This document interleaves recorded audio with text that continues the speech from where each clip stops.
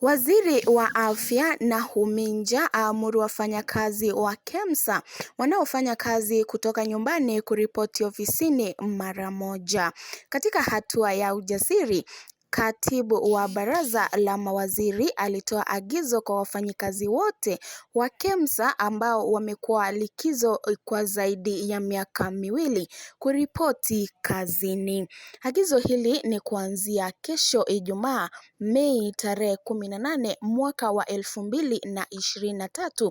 Linalenga kufufua nguvu kazi na taasisi hiyo na kuongeza uwezo wake wa kukidhi mahitaji ya afya ya taifa.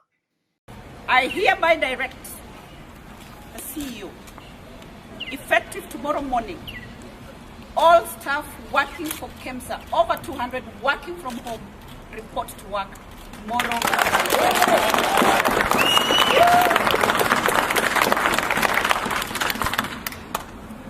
And thereby direct Chair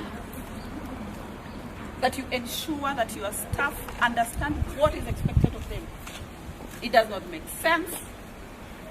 It is irresponsible to have paid over 200 people for 2 years, them sitting at home in the name of COVID. Yet we all go to our offices nowadays.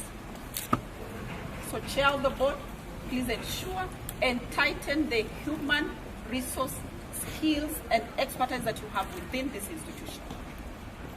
But let me also say that we have individual culprits who taint the image of this institution. I will not stop at anything. Even if it means sending home a whole department, I am ready to deal with it.